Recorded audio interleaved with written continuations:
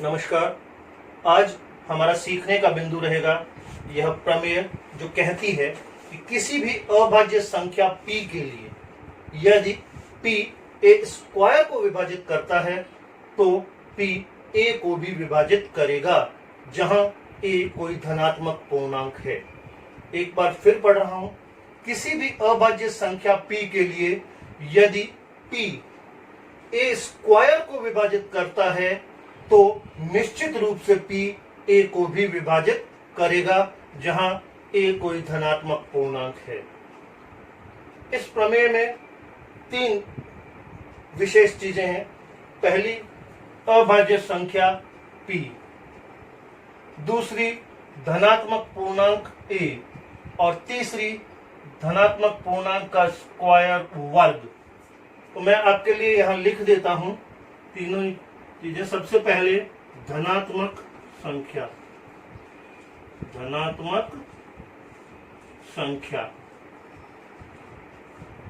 दूसरा यहां धनात्मक संख्या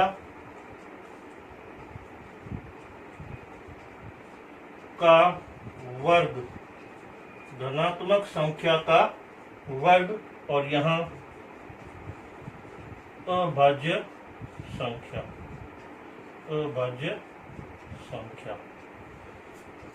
धनात्मक संख्या को हमने लिखा है a से, कोई भी धनात्मक संख्या, यहां उसका वर्ग a स्क्वायर, और यहां अभाज्य संख्या जिसको हमने लिखा है p से। तो अब देखिए, हम कुछ उदाहरण लेकर के इसको चेक कर लेते हैं। प्रमेय सही है, हमें समझ में आती है तब, ठीक है। इसके लिए हम कुछ पहले उदाहरण लेते हैं। जैसे a, धनात्मक संख्या ली मैंने 2 का स्क्वायर 4, और अभाज्य संख्या 2 लेता हूं। अब ये अभाज्य संख्या 2 जो है, ये आप अगर ध्यान से देखें तो इस 4 को पूरा विभाजित करती है, यानी अभाज्य संख्या a स्क्वायर को पूरा विभाजित कर रही है। तो प्रमेय के अनुसार यही अभाज्य संख्या a को भी पूरा विभाजित करेगी और 2 को भी पूरा विभाजित करती है। दूसरा उदाहरण 5 ले लेते हैं। 5 का स्क्वायर 25, और संख्या ले लेते हैं 5। तो यहां देखिए फिर से, ये 5 जो है ये 25 यानी a स्क्वायर को विभाजित कर रही है, और ये 5 a को भी पूरा विभाजित कर रही है। अगले उदाहरण के तौर पर हम ले लेते हैं 6, और यहां ले लेते हैं 6 का स्क्वायर क्या होगा, वही लेना पड़ेगा 36, और यहां संख्या लेनी है 4 ले लेते हैं। तो 4 जो है वो 36 को विभाजित कर रही है। 4 9 36, 9 बार। 4 जो है वो a को भी विभाजित नहीं कर रही है। क्यों हुआ? अब ध्यान से देखिए, ऐसा क्यों हुआ? ऐसा इसलिए हुआ कि जो हमने यहां संख्या ली है, ये संख्या हमने अभाज्य संख्या नहीं ली, इसलिए नियम भी लागू नहीं हुआ। अगले धनात्मक संख्या के रूप में हम ले लेते हैं 15 का स्क्वायर 225। 225 में 5 का भाग, ध्यान रखना है, यहाँ अभाज्य संख्या ही नहीं लेनी है, नहीं तो पिछली बार की तरह गड़बड़ हो जाएगी। ये 5 225 में को विभाजित करता है, a स्क्वायर को विभाजित करता है, तो निश्चित रूप से ये 5 a को भी विभाजित करेगा और कर भी रहा है। अगला उदाहरण हमारा 30 ले लेते हैं। 30 का स्क्वायर होता है 900। अब ये जो 900 है, यहां पे ले लेते हैं 5।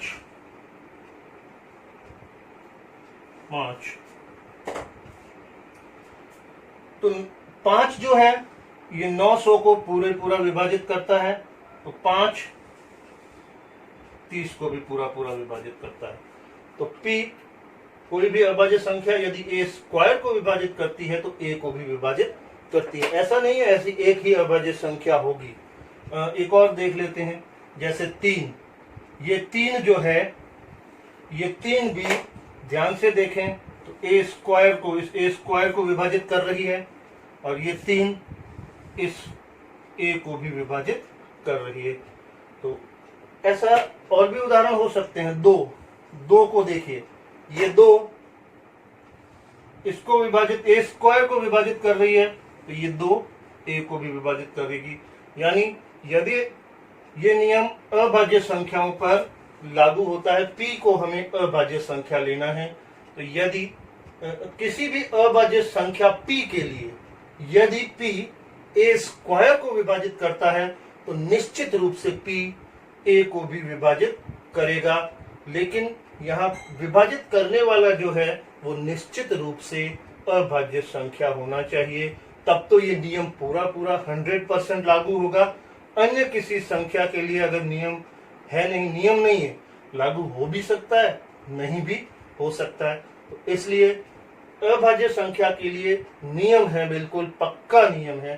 तो ये इसीलिए अभाज्य संख्याओं के लिए इसको एक प्रमेय के रूप में स्थापित किया गया है।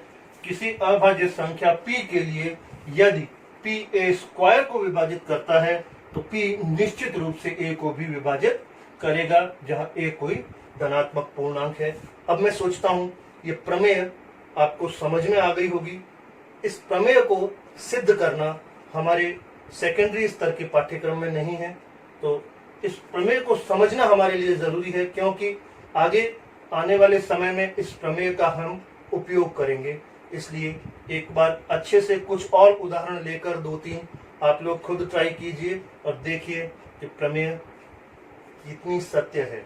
और मैं आपको 100% बता दूं कि आप लोग अगर गलती नहीं करते हो a और a का स्क्वायर करने में, तो और अभाज्य संख्या लोगे तो निश्चित रूप से यह प्रमेय बिल्कुल सही है। धन्यवाद।